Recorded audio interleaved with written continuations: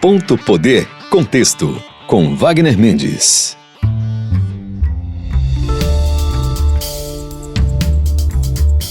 Olá, sejam muito bem-vindos e muito bem-vindas ao Ponto Poder Contexto aqui na Verdinha FM 92.5 e nas plataformas de áudio.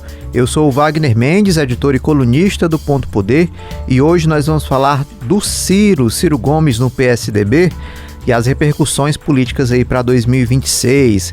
E a gente vai receber para comentar esse assunto a editora e cientista política Jéssica Welma, justamente para comentar esses impactos eleitorais e do que tem se falado sobre Ciro Gomes nessa semana. Olá, Jéssica, seja bem-vinda. Olá, Wagner, olá para você que nos acompanha. Bora falar de política, porque, né? Os trabalhos no Legislativo voltaram, tem muita coisa acontecendo, mas, paralelo a isso, também tem muita tratativa para 2026 aí, retomando o fôlego. Olha, e para quem gosta e para quem não gosta, Ciro Gomes é sempre um assunto ali que rende muito, né? Ou seja, para criticar ou para elogiar, o Ciro é uma figura que desperta muitas emoções, viu, Jéssica Welma, nos ouvintes, né, nos eleitores. E a gente vai reservar esse bloco justamente para falar sobre o fator Ciro Gomes. Nessa semana, na imprensa saiu muita informação sobre o futuro partidário do ex-ministro, ex-governador, ex-prefeito, ex-deputado Ciro Gomes. Algumas fontes aí têm dito, Jéssica, que o martelo está praticamente batido, que o ex-ministro vai sim voltar ao PSDB. Jéssica, a pergunta que eu faço para você é a seguinte, né? Caso seja confirmado esse retorno, quais os impactos que você acredita que possa ter nessa chapa de oposição para 2026?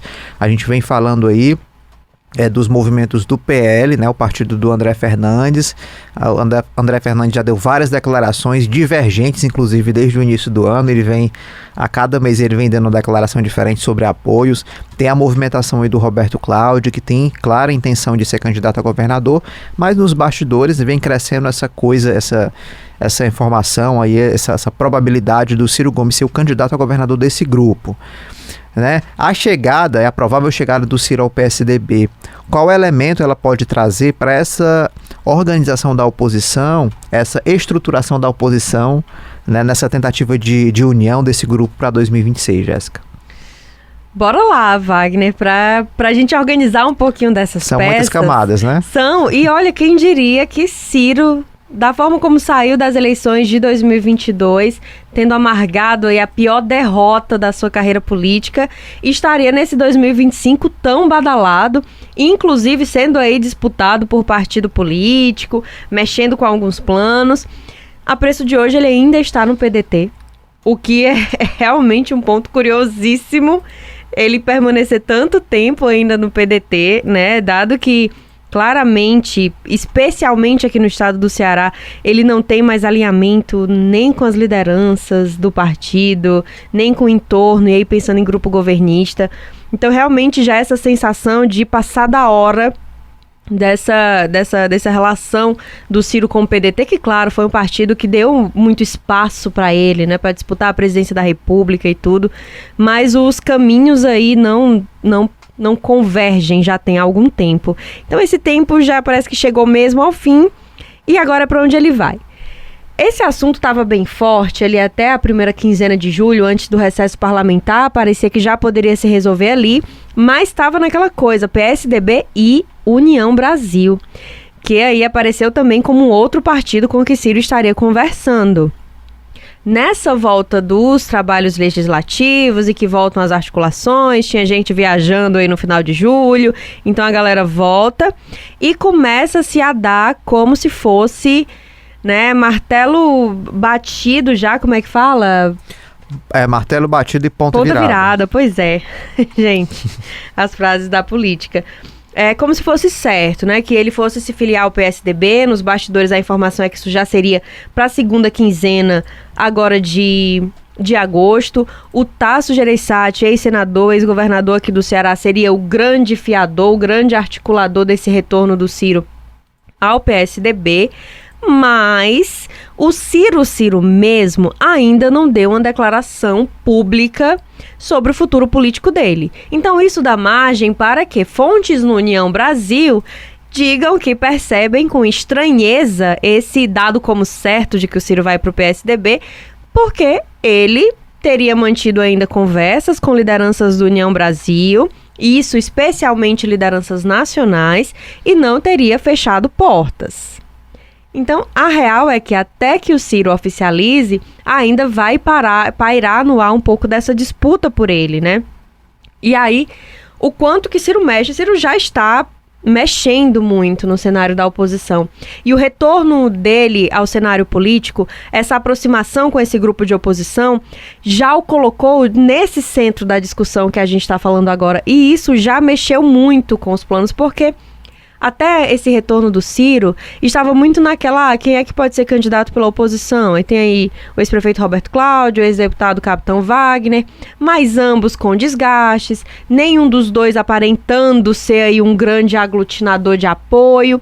Quando o nome do Ciro aparece, parece que ele resolve um pouco, né, dessa imagem um pouco instável.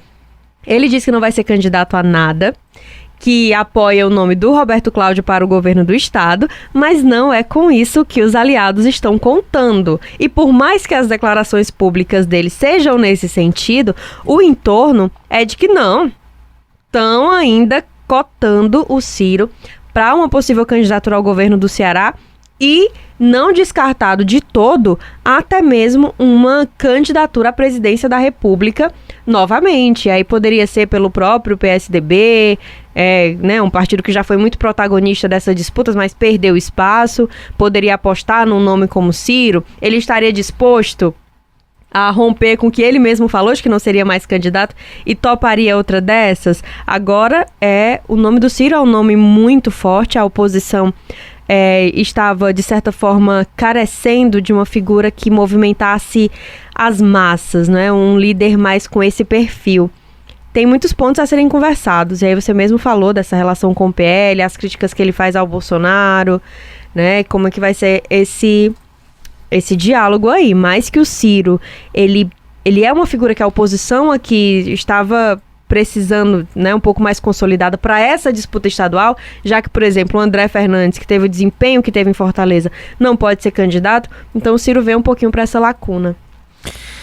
E aí, Jéssica, a gente está falando aqui, a gente está gravando numa quinta-feira, é importante dizer isso porque sexta-feira, né, hoje é sábado, né, a veiculação é no sábado, e já deve ter acontecido o aniversário do Roberto Cláudio lá no interior, né, marcado aí, Roberto Cláudio faz 50, mas é mais do que o aniversário do Roberto Cláudio, é a união dessa oposição, né. É claro que é esperado, estava sendo aguardado lá o Ciro e diversos nomes da oposição, também com um evento ali, mais um evento da oposição para tentar unir esse grupo que, depois da declaração do André Fernandes, ali a gente, né, acendeu uma luz ali amarela, uma luz de alerta, para saber, será que esse grupo vai realmente conseguir se unir, depois da declaração do André Fernandes, de que não ia apoiar mais Ciro, nem Roberto Cláudio, né, aquela coisa toda. Eu liguei para o Osiris Pontes, o presidente estadual do PSDB, ele falou, não, Wagner, mas isso já foi resolvido, já está todo mundo ali alinhado nos bastidores, o André já tem uma outra posição. Então, assim, é claro que é mais uma tentativa, né, Jéssica, de tentar unir todo mundo e sair juntos para a disputa de 2026, é mais uma tentativa. Eles estão meio que, né, vivendo aí de tentativas, faz parte do trabalho da oposição. Agora, como você falou, né, tem essa expectativa do aniversário do ex-prefeito Roberto Cláudio.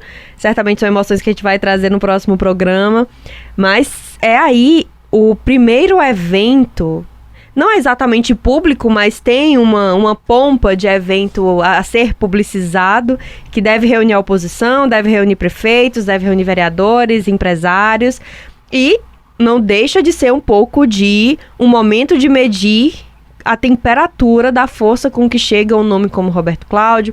E se o Ciro for, como é que seria essa chegada do Ciro no meio desses aliados?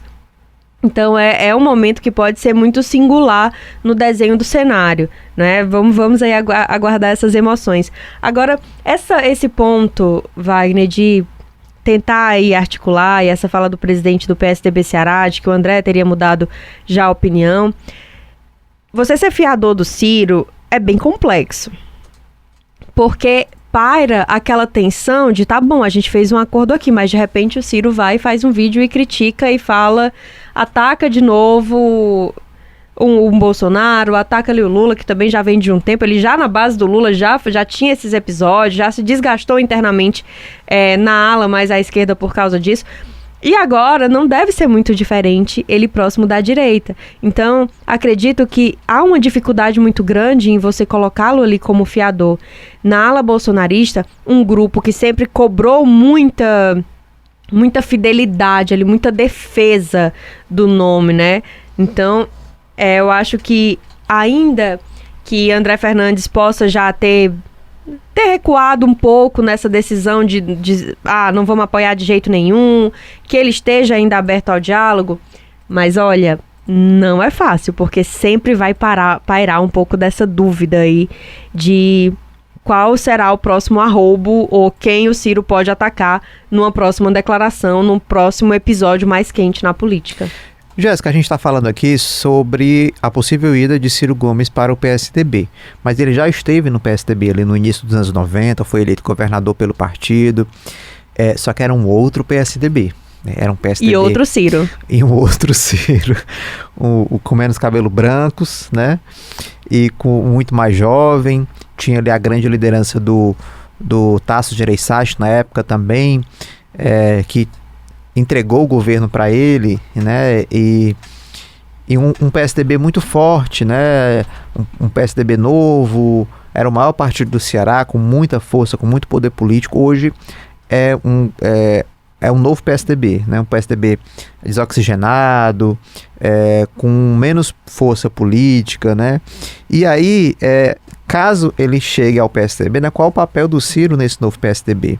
Porque aí o PSDB, ele vem buscando nomes que dê essa energizada, que tragam afiliados, que consiga atrair, formar uma boa chapa ali de deputados federais, que consiga se reconstruir enquanto partido, né, que vem perdendo tanta força nos últimos anos. Na sua avaliação, Jéssica, você acha que o Ciro ele tem esse papel, ele consegue reerguer um partido, ele tem essa, vamos dizer assim, esse compromisso partidário nesse sentido de vai chegar no partido, vai colaborar, vai contribuir, vai conseguir fazer com que essa legenda ela se reconstrua da maneira com que tucanos tradicionais que ainda estão no partido almejam, né, e esperam? Wagner, é uma resposta ainda muito difícil de a gente dar, né? Mas tem alguns pontos interessantes para a gente pensar. Primeiro que, claro, é outro Ciro, né, como você falou, é outro partido.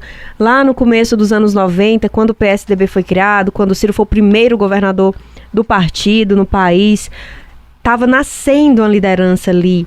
O governo Tasso aqui vinha numa crescente, a própria figura do Tasso, o PSDB foi crescendo, eles vinham ali numa onda que ia subindo. E o Ciro sai do PSDB, inclusive antes da onda mesmo começar a afundar e o partido se tornar o que é hoje. É um outro momento.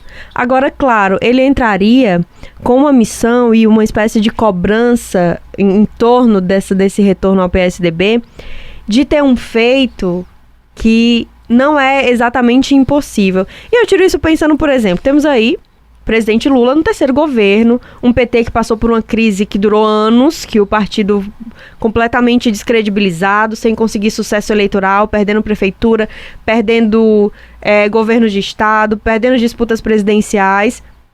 O partido conseguiu voltar aí para o principal cargo, teve um fôlego, não é também a mesma coisa, não tem a mesma força, especialmente se a gente pensar nas tratativas de legislativo, enfim, de medição de força com outros partidos, mas conseguiu retomar um protagonismo. Então seria uma fé do PSDB de tentar fazer o mesmo, ou pelo menos se aproximar. Não sei se esse cenário para 2026 já é viável, sabe? Se há uma construção, se há tempo suficiente para essa construção. Mas a preço de hoje pode ser o melhor que o PSDB tem, já que é um partido que não conseguiu fazer novas lideranças, que as lideranças que permaneceram não agregam no sentido de elas voltarem como um grande nome, por exemplo. Não se imagina um Aécio Neves voltando como um candidato à presidência da República, depois de tanto desgaste que a figura já teve. Fora os nomes que o partido perdeu, como o próprio Geraldo Alckmin, que hoje está no PSB, é vice-presidente da República no chapa com o Lula. Então, o Ciro é uma grande aposta. Aqui para o Ceará também seria voltar um tempo áureo aí de uma aliança dele com o Tasso. É uma aposta muito cara no sentido, se o desempenho for bom, e eu nem falo exatamente só da vitória, mas se um desempenho de ameaçar uma base governista já seria muita coisa, né? Então, nesse momento, assim, não me espanta olhando para isso que o Ciro cause tantas expectativas e muita gente defenda essa pré-candidatura dele, porque ele traz com ele um saudosismo e uma esperança de retomada de protagonismo. Jéssica, e outra declaração aí do Osiris Pontes, né, inclusive eu dei até na minha coluna lá no Diário do Nordeste, que eu acho interessante a gente comentar aqui, é que ele diz que toda a negociação que envolve a ida do Ciro ao PSDB, a discussão do Ceará é em relação à candidatura ao governo do estado. Diz que essa história de candidatura a presidente foi o Aécio que declarou em uma reunião, que o Aécio está querendo que o partido cresça novamente, que faça muitos deputados federais, e ele acha que o Ciro, que tem pontuado bem, segundo as pesquisas deles, pode ser um fator ali que dê um oxigênio aí ao partido. E tem mais, o Osiris ainda disse, Jéssica, que o Ciro, como candidato a governador pelo PSDB, só seria competitivo com o apoio da direita bolsonarista.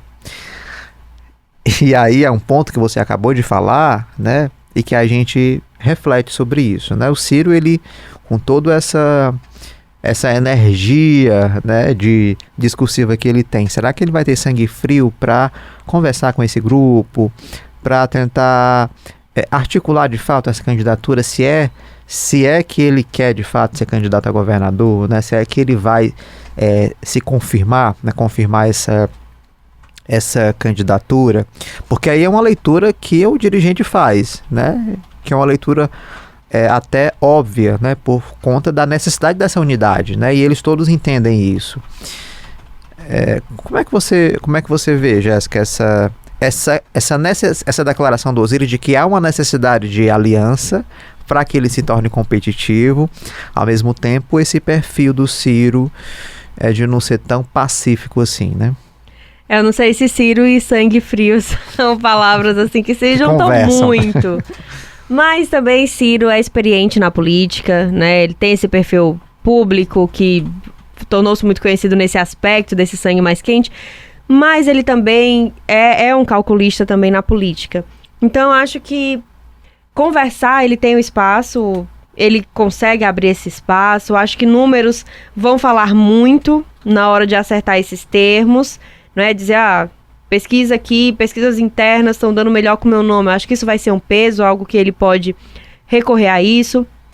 As declarações públicas de apoio também podem ser um ponto. Eu falo assim, vai tirar argumentos de uma parte mais externa, né? Externa a ele, externa ao diálogo em si com as lideranças bolsonaristas, vai tentar trazer esses elementos para a mesa. E aí, de fato, com números, né, e com apoios, a conversa pode mudar de rumo. Agora, uma coisa que tem alguns pontos, claro, nessa defesa de que o Ciro está articulando para o PSDB, e isso seria considerando uma candidatura ao governo do Ceará.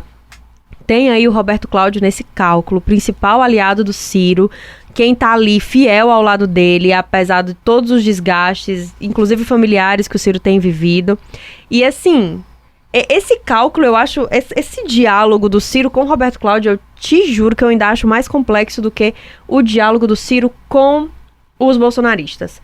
Porque Roberto Cláudio bateu o pé em 2022 sobre ele ser o candidato dentro do PDT, levou para as últimas instâncias a disputa com o então governador Isolda Sela, porque era tudo acertado, que o nome seria o dele, e foi até o fim.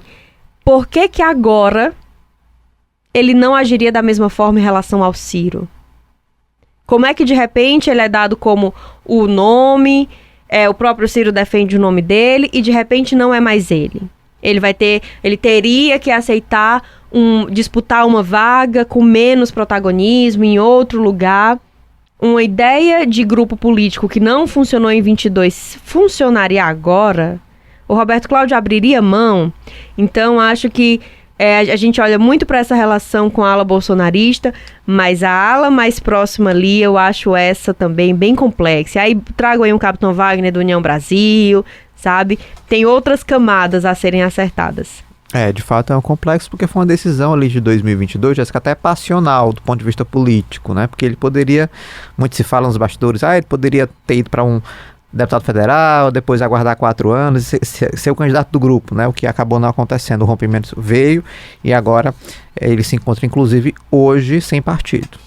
Inclusive, porque não está oficial que ele está no União Brasil, tá? A gente falou muito sobre isso, mas papel assinado ainda não teve. Oficialmente ele está sem partido ainda, Roberto Cláudio. Vamos ver as cenas dos próximos capítulos, né, Jéssica? Semana que vem você vem aqui, você volta aí com novidades. Voltarei, com certeza. Estaremos todos atentos aí, inclusive a esse aniversário, viu? Vamos trazer aqui os bastidores também. Obrigado, Jéssica. Olha, a gente vai para o intervalo. Na volta a gente vai falar da dança das cadeiras na Assembleia Legislativa do Ceará. Muitos suplentes aí assumindo as vagas dos titulares. Até já. Olá, eu sou Jéssica Welma e venho te fazer um convite para acompanhar a live do Ponto Poder todas as quintas-feiras no YouTube do Diário do Nordeste. Você que gosta de discutir política, está sempre bem antenado, saiba que a gente tem muita discussão para te oferecer. Sua companhia lá vai ser muito bem-vinda, a gente te espera.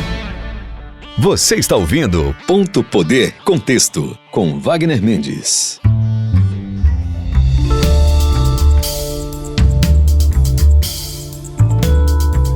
Estamos de volta com o Ponto Poder Contexto e, como prometido, vamos falar das saídas e chegadas na Assembleia Legislativa do Ceará. São muitos suplentes aí assumindo os mandatos dos titulares nas últimas semanas e quem chega para comentar o assunto é o repórter do Ponto Poder, Marcos Moreira. Seja bem-vindo, Marcos. Olá, Wagner, olá, César, todos que nos acompanham, sempre um prazer estar aqui, ainda mais falando de Assembleia Legislativa, política cearense, né? Vamos nessa. Perfeito. Olha, primeiro, queria que você explicasse para o nosso ouvinte quais são as possibilidades de licenças que os deputados têm direito, né? E por que eles estão utilizando. A gente tem sempre divulgado aí, fazendo algumas matérias de que o deputado saiu de licença por tantos dias, 120 dias, tantos dias, e que o suplente, né? O suplente assumiu aí a vaga enquanto esse titular está afastado, né? Quais são as modalidades, né, vamos dizer assim, de licenças que eles têm direito, Marcos? Isso mesmo, Wagner. Ao todo, nós temos em geral 5 tipos de licenças que a Assembleia prevê, mas nem todas elas o suplente é chamado, né, convocado. Então, vale destacar que é o primeiro caso, que esse é o mais complexo e o mais comum, é a licença de interesse particular, onde o deputado pode sair por até 120 dias, né? E é neste caso, quando ele aciona o máximo de tempo, é que o suplente é convocado. Ele pode até tirar menos, 90, 60 dias, mas nesses casos o suplente não é convocado. Quando é nesta modalidade, o suplente vem e o benefício fica todo para ele. A gente vai falar mais sobre isso ao longo da conversa, né? Mas essa é a modalidade mais comum dentro da casa. Hoje, dos 13 suplentes que estão na casa, 7 estão por meio da licença de interesse particular dos titulares. Outra modalidade que é também muito comum é a nomeação por cargos públicos, que nos casos que os titulares da casa são chamados para assumir cargos no governo. Tanto no governo, no caso humano, quanto em prefeituras, né? Nós temos vários casos nessa categoria que nós vamos falar mais sobre. Esse prazo é variável, geralmente fica pelo mandato, né? E o suplente é automaticamente convocado. Também nós temos a licença de tratamento de saúde, que é a terceira modalidade. Com prazo variável, o suplente também é convocado. A licença maternidade já é por 190 dias, que pode ser prorrogável por mais 60 dias. Essas automaticamente o suplente também é convocado. A última categoria, que é a licença paternidade e prevê 5 dias de licença, os suplentes não são convocados e o titular retorna logo após o final desse período. Agora, sim, até os deputados são 5 dias, né? A licença maternidade, o que é uma vergonha grande. Agora, Marcos, você escreveu uma matéria no Diário do Nordeste falando aí quantos e quais suplentes estão hoje, né, com mandatos aí dos titulares na Assembleia Legislativa do Ceará. Queria que você contasse aqui para os nossos ouvintes. Exatamente, Wagner. É bom até fazer o convite que todo o detalhamento aí desses 13 suplentes está no Ponto Poder, no Diário do Nordeste, mas nós vamos trazer aqui um panorama geral, né? Hoje, esses 13 suplentes, eles representam aí 28% do total de vagas da Alesse, né? Que são 46 cadeiras. Então, para você ter a ideia de quanto esse jogo da suplência faz parte da casa dessa rotina, nós temos o líder do governo humano na Alesse, o Guilherme Sampaio, que do PT, ele é um suplente e ele só está garantido no cargo até o final, muito provavelmente até o final do próximo ano, por conta que o titular, que é o Fernando Santana, do PT, virou secretário de Recursos Hídricos do Estado no ano passado. Isso garantiu a vaga do Guilherme Sampaio. Outro que voltou agora é o Acrisio Sena, Ele fica até o final do ano, após as licenças de Júlio César Filho e o Niso Costa, que também são do PT. O Pedro Lobo já entrou por conta da federação entre o PT, PCdoB e o PV. Ele chegou à Alesse após o titular, que no caso é o Alisson Aguiar do PCdoB, tirar licença por 120 dias, que é no caso de interesse particular. Todas essas envolvem licenças, aí no caso do Pedro Lobo e do Acrisio Sena, com essa estratégia de rodízio partidário. Nós temos o caso do PSB, nós temos 3 nomes, que são Antônio Granja, Guilherme Bismarck e Tim Gomes. Todos estão na casa após as saídas dos titulares para assumirem cargos no governo, seja do Estado, seja na Prefeitura. No caso, o Oriel Filho assumiu a Secretaria de Pesca, a Lia Gomes a Secretaria das Mulheres do Ceará e o Osmar Baquite está como coordenador de apoio à governança das regionais de Fortaleza. Nós temos outro suplente aí, o Almir Bier, que é do Progressistas, já que o Zezinho Albuquerque, o titular, foi para a Secretaria das Cidades. E pelo PL nós temos Pedro Matos, do Avante, que era um vereador de Fortaleza, chegou à Alesse após a licença de saúde da doutora Silvana, titular da vaga. E David Vasconcelos, que acabou de entrar na Alesse agora, após o recesso do primeiro semestre, pela licença particular do Carmelo Neto. Outros casos são o Gordinho Araújo, do PSDB, após a saída da Emília Pessoa, para licença também particular. Keivia Dias, do PSD, assumiu a vaga do Simão Pedro, que era um outro suplente, que virou titular por conta da renúncia da Gabriela Aguiar, que assumiu a vice-prefeita de Fortaleza, né, ao lado do Evandro.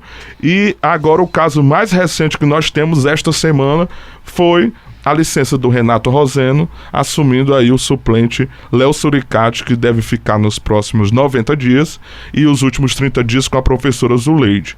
Também tem outro caso emblemático aí da própria Alesse, que é o Manuel Duca com o David Duran. Eles já são a segunda vez que fazem esse tipo de rodízio entre eles, e no caso agora o Manuel Duca passa aí mais 4 meses na casa. É importante a gente explicar um pouco para o nosso ouvinte, né, do que é que se trata essa questão das suplências, né, desse rodízio na Assembleia Legislativa.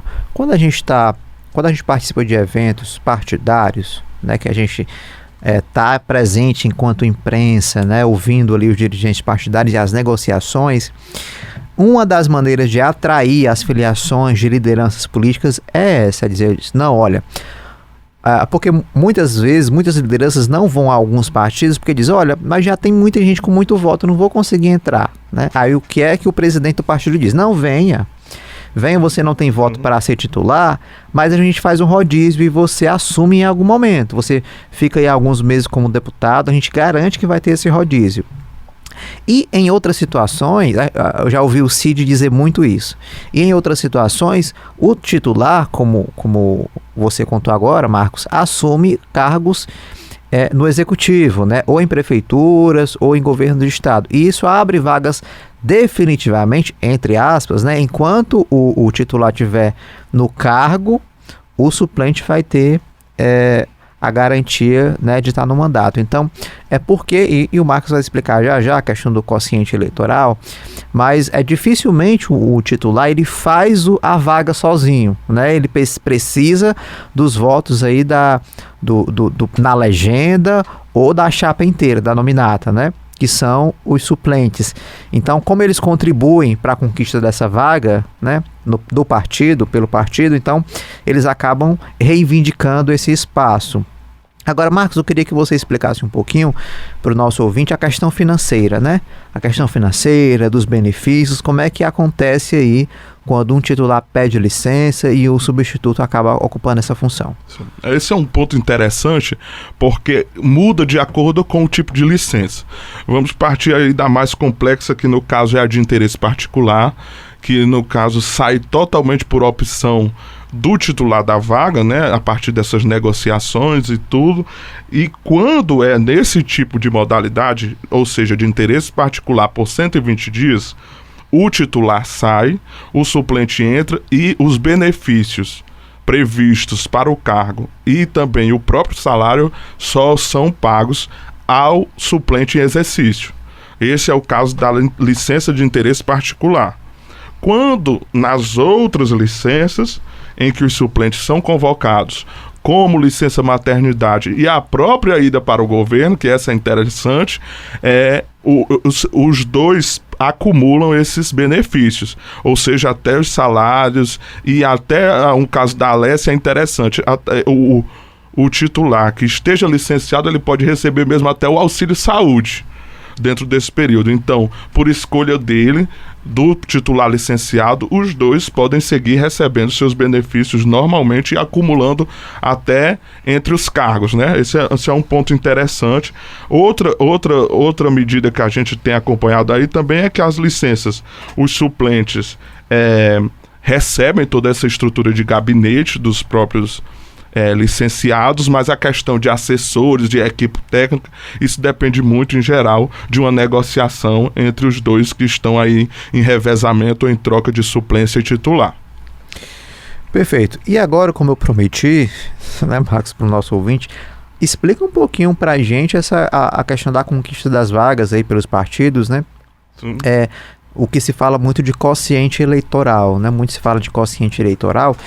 E o leitor, né, o eleitor, o ouvinte, não entende muito bem ainda, né? Embora a gente já tenha feito diversas matérias aí no Diário do Nordeste, você pode consultar lá, pesquisar sobre esse assunto, tem matéria da nossa equipe lá explicando sobre isso, mas é sempre bom a gente explicar novamente, né? E agora no programa também para o nosso ouvinte entender um pouco do que significa esse quociente, do que significa a conquista das vagas pelos partidos, né, que são vagas proporcionais, enfim, explique aí, Marcos. Pronto.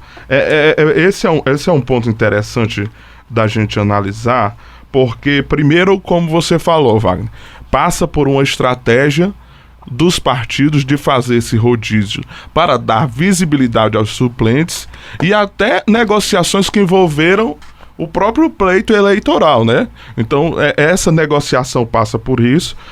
E principalmente nós estamos no ano, esse número evidencia muito essa estratégia, mas também porque nós estamos no ano pré-eleitoral, né? Então tem toda essa ideia de dar vaga à suplência, de dar visibilidade a esse suplente, pensando aí no próximo pleito. E internamente os partidos veem isso, essas licenças, como uma forma de rodízio partidário, para valorizar justamente os políticos que ajudaram as siglas a alcançar o quociente eleitoral, que é o que nós vamos começar a conversar aqui, e esse quociente eleitoral é fundamental para os partidos conquistarem vagas. Então a gente vou tentar trazer de forma simples aqui, é um cálculo meio complexo, mas assim, o quociente eleitoral, ele ele é obtido a partir da divisão entre o total de vagas na casa, no caso nós estamos falando da Leste, nós temos 46, e o total geral de votos na eleição. Em 2022, para a gente ter uma ideia, foram 5.090.000 votos em 2022. Quando faz essa divisão entre o total de vagas e o total de votos, nós temos uma nota de corte, vamos dizer assim, que é de 109.000 votos. Ou seja, todos os partidos que alcançarem esse quociente, é uma vaga, uma vaga conquistada, né? Exatamente. Você passou dessa nota de corte, conquistou uma vaga. Então, para você ter uma ideia, a nota de corte em 2022 foi 100.009 votos. Eu vou trazer aqui o exemplo do PL, que é bem significativo nesse ponto. O PL conquistou em 2022 495.261 votos. Isso para todos os deputados concorrentes do PL. E é importante aí, só Marcos, só para deixar isso mais claro, essa conquista dos votos pelo partido é a soma de todos os votos recebidos pelos candidatos daquele partido e dos votos de legenda, né? Tem, por exemplo, o número do PL é 22 e alguma coisa, né? Tem gente que vota só 22 e aperta lá no confirma, e aí entra como voto de legenda. Esse voto também é computado para essas vagas, né? Exatamente. Isso aqui é o geral, né? O geral, contando com o de legenda, o PL teve 495.261. Ou seja, ele passou a nota de corte aí 4 vezes, né? Garantindo 4 vagas na Leste. Então, por isso que hoje o PL na casa, no caso na Leste, ele detém essas 4 vagas. E aí já passa para o quociente eleitoral, ele passa para o cálculo do quociente partidário, que já é esse cálculo a partir do total de votos da legenda em si, e o dividido pelo quociente eleitoral, nós chegamos ao quociente partidário. Com isso, o PL conquistou as 4 vagas, e para você ter uma ideia, você falou de partidos que, aqueles chamados de puxadores de votos, né? O Carmelo Neto, que foi o deputado mais votado do PL, teve mais de 118.000 votos. Então, ou seja, ele passou... Ele conseguiu sozinho a vaga, né? A vaga, exatamente. E com isso, ele, vamos dizer, ele puxa também alguém no sentido de que o partido conseguiria, no caso, o partido conseguiu 4 vezes, no caso, as 4 vagas, né? E aí, para você ter uma ideia, o primeiro suplente, que no caso foi o 5º mais votado do PL, ele teve 11.963 votos. Ele passou um pouquinho de outra coisa que a gente chama aqui cláusula de barreira, né? Que no caso tem que ser igual ou superior a 10% do quociente eleitoral. Esse cálculo não vale para os suplentes, mas só para a gente ter uma ideia, né? O 5º, no caso, foi o Pedro Matos, mas o 6º, que é o David Vasconcelos, que está na vaga do Carmelo, se fosse pela cláusula de barreira, ele não conseguia ter ultrapassado, porque ele teve 9.649 votos. Então ele jamais seria titular, né? Jamais seria titular, exatamente. Esse é que é o cálculo aí da cláusula de barreira. Então, nós temos aqui, para você ter uma ideia, o Pedro Matos e o David Vasconcelos estão em exercício, né? A partir dessa suplência, mas que o PL tem hoje 4 vagas. Esse é um pouco desse cálculo aí de tudo e entra nessa negociação. Tem outro ponto, Marcos, que sempre causa uma confusão no eleitor, que é, por exemplo, fulano teve 50.000 votos e não entrou. E Beltrano teve 22 e virou deputado. Que negócio esquisito é esse? É justamente essa questão das vagas, né, Marcos? Por exemplo, você quer ser candidato a deputado, aí você, eu não tenho 118.000 votos, não. Eu acho que eu tenho ali 45.000 votos, né? Só que esse candidato, esse pré-candidato que tem 45.000 votos, ele não vai querer ir para um partido em que tenha gente com muitos votos. Ele vai querer para um partido mais tímidozinho ali, um partido que tenha que consiga, na sua nominata inteira, conquistar uma vaga, né? Vamos dizer isso. Vai conquistar, o partido conquistou ali 110.000 votos. Ele conquistou uma vaga. Só que o mais votado desse partido tem 40.000 votos. E vai entrar na ordem o mais votado. Quantas vagas aquele partido conquistou? Conquistou uma vaga. Vai entrar o candidato mais votado daquele partido, né? E é isso que acontece.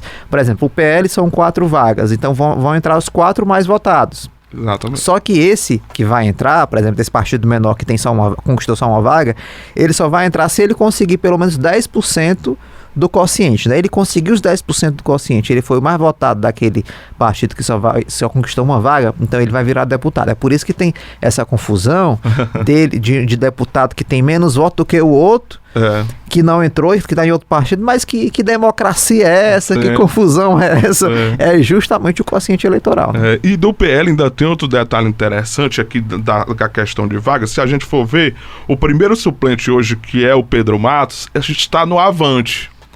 Mas ele foi convocado porque a vaga é do PL e ele concorreu em 2022 pelo PL.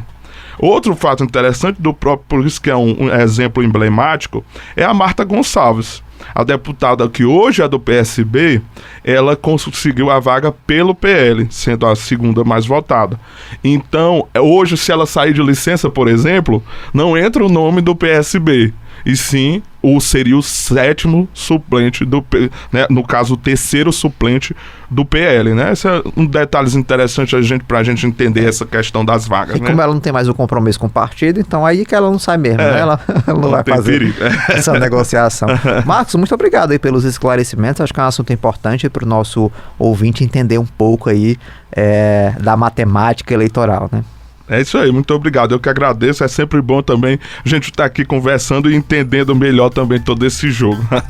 Perfeito, Marcos, obrigado aí pela participação, a gente vai para um intervalo, na volta tem uma entrevista com o prefeito de Uruoca, Kennedy Aquino, do PT. Até já.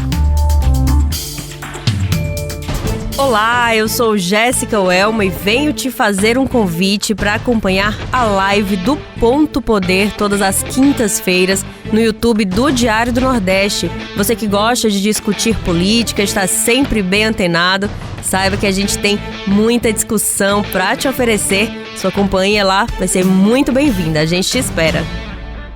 Você está ouvindo Ponto Poder Contexto, com Wagner Mendes. Estamos de volta com o Ponto Poder Contexto e agora a gente vai para uma entrevista com o prefeito de Uruoca, Kennedy Aquino. Estamos recebendo aqui no Ponto Poder Contexto o prefeito de Uruoca, Kennedy Aquino, do PT. Prefeito, seja muito bem-vindo ao Ponto Poder Contexto. Obrigado, Wagner. Obrigado a vocês, ouvintes da Verdinha FM. É um imenso prazer e muito obrigado por me convidar a estar aqui conversando com você, falando um pouco sobre as nossas ações e sobre o nosso trabalho. Obrigado pela presença, prefeito. Vamos começar aqui falando sobre a sua juventude, né? Você foi reeleito prefeito com 30 anos de idade. O que é que quero que o senhor conte para o nosso ouvinte? O que é que ele levou para a política, né? O que ele fez prefeito tão jovem? Política está no DNA da gente, né? Então, nós já temos um grupo que tem feito um trabalho muito legal lá em Uruoca, um trabalho muito efetivo, um grupo que já está há mais de 20 anos ali fazendo diversas políticas públicas lá. E eu tive a grata satisfação de ter dois grandes exemplos, né? A princípio, meu pai foi prefeito em 2001, e foi prefeito por 8 anos, sendo assim muito lembrado até hoje. Também tive aí o meu tio, o ex-prefeito Kilsen, que é a quem eu sucedo, inclusive. Também fez uma gestão muito, muito relevante dentro do município de Uruoca. E aí, nosso grupo me convidou a fazer parte quando a gente tava no momento da decisão lá dele já saindo, né? Tava reeleito, tinha que ser um novo nome. E nas pesquisas preliminares identificaram lá meu nome entre os possíveis dentro do grupo, meu nome com mais de 60%, à frente do segundo colocado indicado do grupo, para seguir, né, seguir a sucessão do nosso grupo político. Então eu fui convidado a fazer parte diante desse resultado, e eu não tive como negar.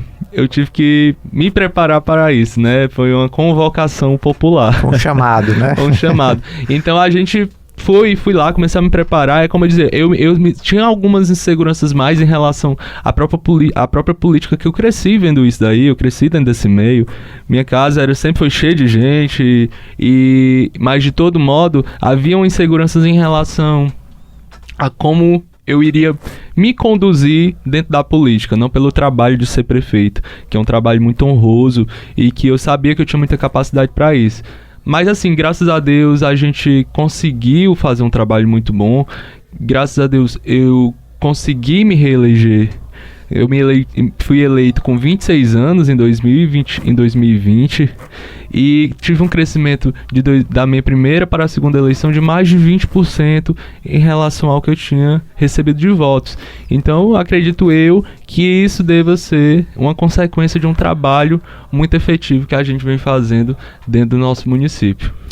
Prefeito, falando desse trabalho, né, o senhor começou agora o segundo mandato, né, desse trabalho, dessa gestão à frente da prefeitura. Sim. Eu queria saber como é que está a relação com os parlamentares, né? Hoje os prefeitos e prefeitas têm essa relação muito próxima a deputados federais, a senadores, no sentido dessas emendas parlamentares, que é um recurso muito importante para as gestões municipais, né? Para investimentos, né? Para tocar o município. E também em relação a parcerias com o governo do estado. Como é que está esse trabalho do ponto de vista dessas emendas e também das parcerias para conseguir executar aí as políticas públicas?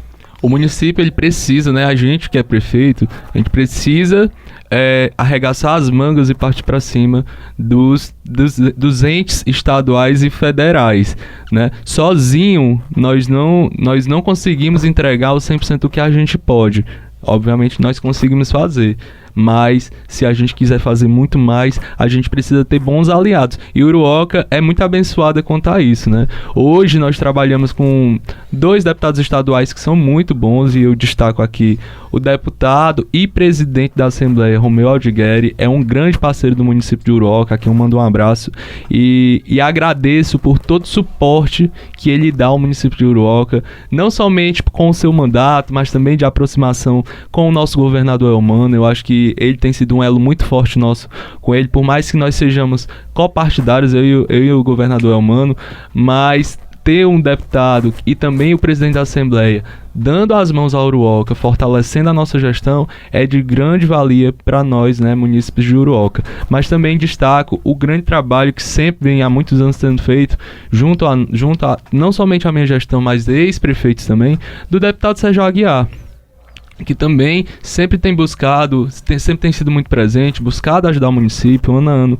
manda emendas para que a gente possa executar obras, fazer aquisições, como esse ano a gente está fazendo a aquisição de uma ambulância por meio de recursos que ele enviou, e também trazendo aí para o federal, nós trabalhamos, né, o deputado federal de Uruoca, o deputado Roberto Monteiro, a quem eu agradeço também por toda a parceria, tem sido sempre um grande aliado do nosso município, e lá em Brasília tem fortalecido nossos pedidos, nossas vontades, e sempre manda muitas emendas para que Uruoca a gente possa executar diversos projetos de pavimentação, outros projetos de infraestrutura, aquisição de equipamentos, casas populares. E outro deputado que também nos ajuda bastante é o deputado Guimarães, a quem eu devo muita gratidão, foi quem me levou lá para o Partido dos Trabalhadores e tem ajudado bastante o nosso município, em especial ali na área da saúde, mas também nos dando suporte na questão do Minha Casa Minha Vida. Foi uma pessoa que me orientou muito bem a como conseguir,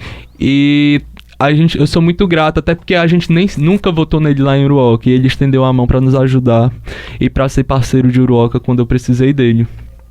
Então eu devo toda a gratidão a ele. E aí eu tenho esse time forte de deputados que nos ajudam. Mas também trazendo aqui para o estado, o nosso governador Elmano tem feito aí um grande trabalho, tem sido um grande parceiro do nosso município. E eu falando de governo de estado, falando de estado, eu acredito que ele tem feito sua diferença, tem trazido aí seu diferencial dentro da gestão que ele vem exercendo. Espero muito que ele vá para a reeleição e que a gente possa trabalhar por ele novamente.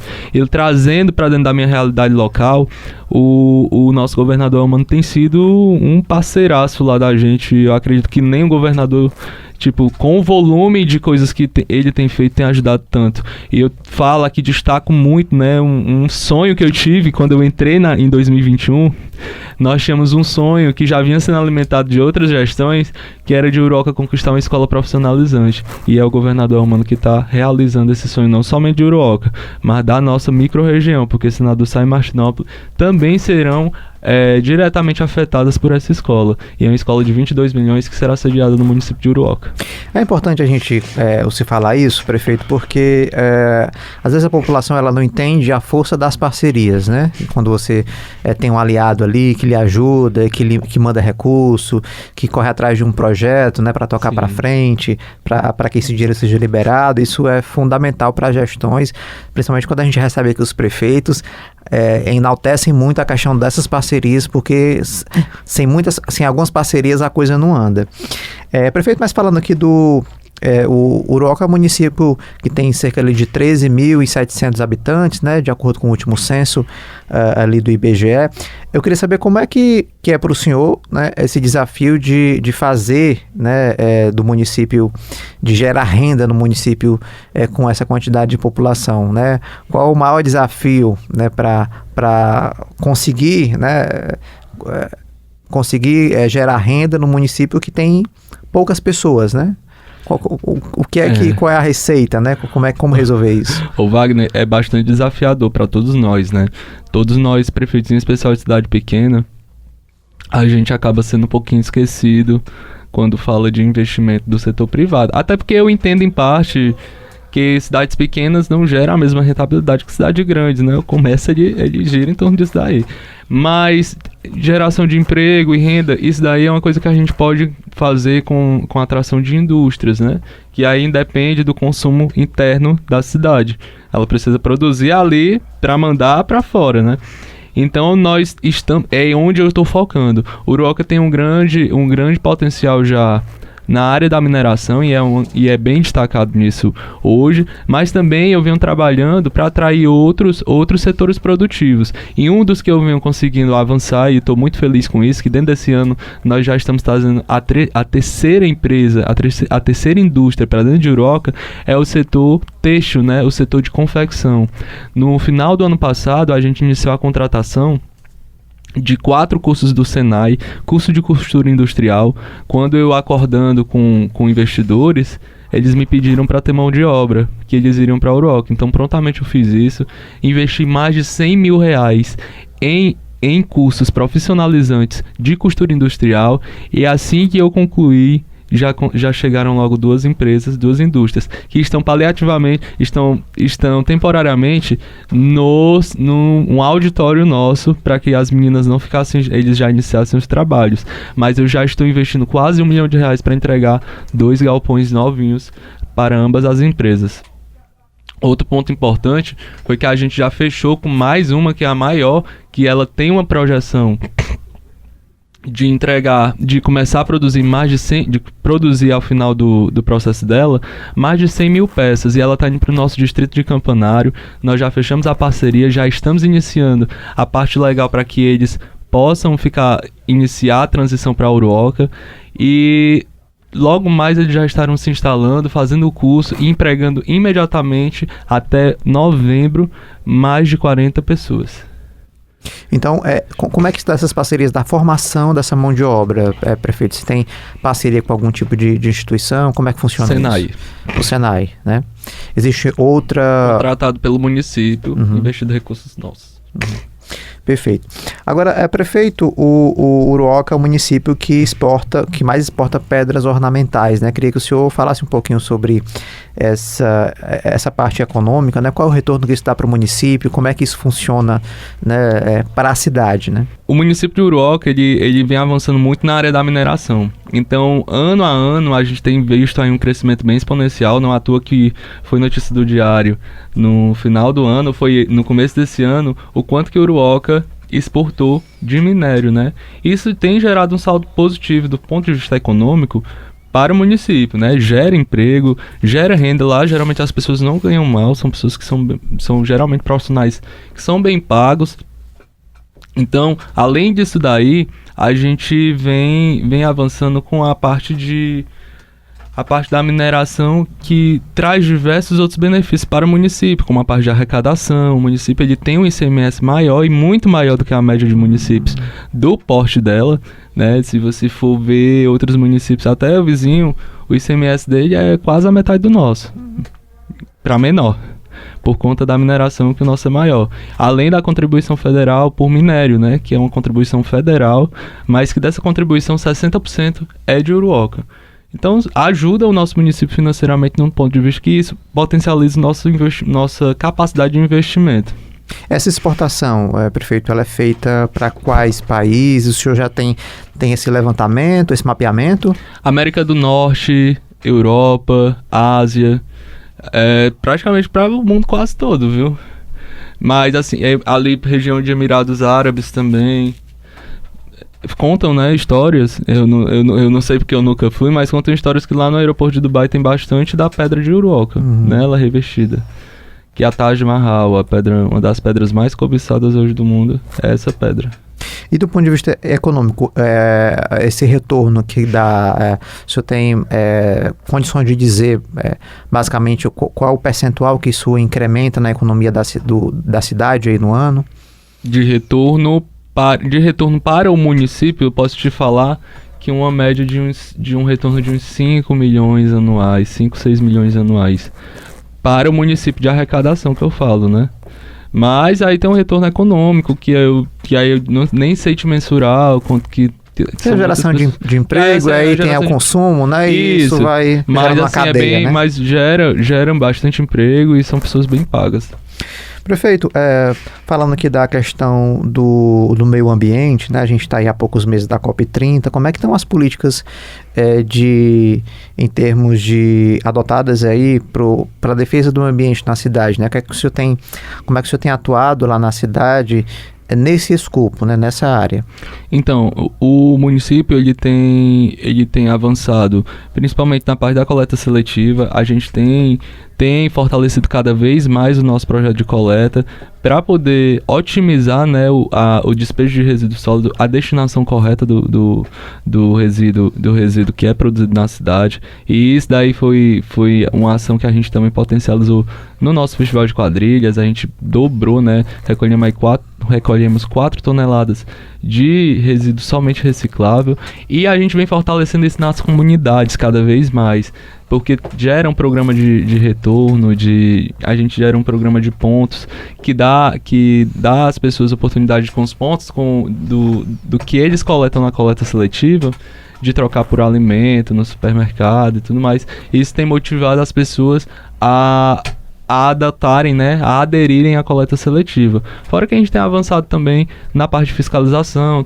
contratamos um fiscal de meio ambiente, estamos investindo nessa parte até pelo fato do município ter essa particularidade de necessitar algumas licenças ambientais e ter um maior cuidado com o meio ambiente. Isso vai educando as pessoas também, né? A Com pensar certeza. de uma forma mais consciente. Prefeito, tem alguma questão, algum investimento na cidade que eu não tenha comentado aqui, que o senhor queira citar, queira abordar? Assim, a gente tem trabalhado bastante na infraestrutura. O Uruoca hoje tem uma infraestrutura muito interessante. E a gente vem investindo muito em todas as áreas, mas infraestrutura, saúde, educação são pastas essenciais que ano a ano a gente investe cada vez mais. Isso nos faz alcançar bons índices, como na saúde. A gente no Previne Brasil esse ano já colhendo aí frutos de estar entre os 6 municípios que melhor se desempenharam aqui no estado do Ceará. Fora na educação, que a gente ano a ano reforma as escolas. Hoje o Uruoca tem escolas climatizadas, tem escolas com uma condição de trabalho interessante, também uma condição de estudo interessante. Estamos prestes a inaugurar uma escola que já investimos aí quase 3 milhões de reais nela. Estamos já licitando a reforma de mais um centro de educação infantil e de mais uma outra escola de ensino fundamental. A gente segue fazendo esse trabalho aí muito forte, porque é o que a gente acredita que a educação pode mudar a vida das pessoas, a educação é a chave, é instrumento de transformação na vida das pessoas. Então, enquanto eu estiver prefeito de Uruoca, eu vou seguir sempre buscando, junto com a minha equipe, transformar a vida dos uruoquenses, fazer com que o nosso município seja um lugar cada vez mais próspero, um lugar que seja interessante para se viver, um lugar que seja atrativo, uma cidade que chame as pessoas para terem orgulho de serem dali. Então, assim, esse sentimento de orgulho é o que a gente sempre quer proporcionar para o uruoquense. Eu acho que isso daí a gente tem conseguido cumprir com isso. Prefeito, para encerrar aqui a entrevista, o senhor é do PT, né? Se filiou recentemente. Sim. Como é que o senhor está acompanhando aí essa pré-campanha aí para o Senado, né? O Guimarães tem se colocado aí, a Luiziane também colocou o nome dela, o governador tem uma base aliada muito grande, né? Tem vários partidos aí querendo essa indicação. Como é que o senhor vê, né, como petista, essa corrida aí pré-eleitoral para o Senado? O Guimarães é meu candidato ao Senado, se for de eu debater aqui. Eu acredito que eu, não somente eu, mas muitos outros prefeitos devem gratidão a ele, porque ele é um cara que ajuda um pouco todo mundo. Uruoca hoje, muita gente fez cirurgia de catarata. Eu acho que é um negócio muito transformador na vida das pessoas. A gente pensa que é um negócio simples, mas é uma cirurgia que ajudou tanta gente que não tinha condição. E quem me ajudou, eu disse, poxa, eu tô com demanda aqui muito alta, deputado, desse negócio. Ele mandou recurso e eu fiz mutirões e assim, a gente conseguiu ajudar tanta gente. E às vezes as pessoas não têm nem noção do impacto que esse cara aí conseguiu por meio do direcionamento de recursos que ele tinha ali, que ele pôde prover para o nosso município e o que a gente conseguiu fazer lá. Então, assim, torço muito para que ele possa ser candidato ao Senado e que ele tenha êxito, e ele pode contar comigo para o que der e vier, que eu tô lá ajudando ele. Prefeito, muito obrigado pela participação, pela sua disponibilidade de estar aqui nos nossos estúdios da Verdinha aqui em Fortaleza. Um bom trabalho, uma boa sorte aí na gestão. Obrigado, Wagner. Obrigado a todos que estão ouvindo. Até mais. Estivemos com o prefeito de Uruoca, Kennedy Aquino, comentando aí o início da sua segunda gestão à frente da prefeitura. A gente vai ficando por aqui com o nosso programa, lembrando que você pode compartilhar através das plataformas de áudio como Spotify, Deezer e Google Podcast. É só colocar lá no espaço de pesquisa .poder, copiar o link e mandar para quem você quiser. Apresentação e produção Wagner Mendes, áudio e sonoplastia Kleber Galvão, apoio técnico Guilherme Muniz e Samuel Macedo. Até o próximo sábado.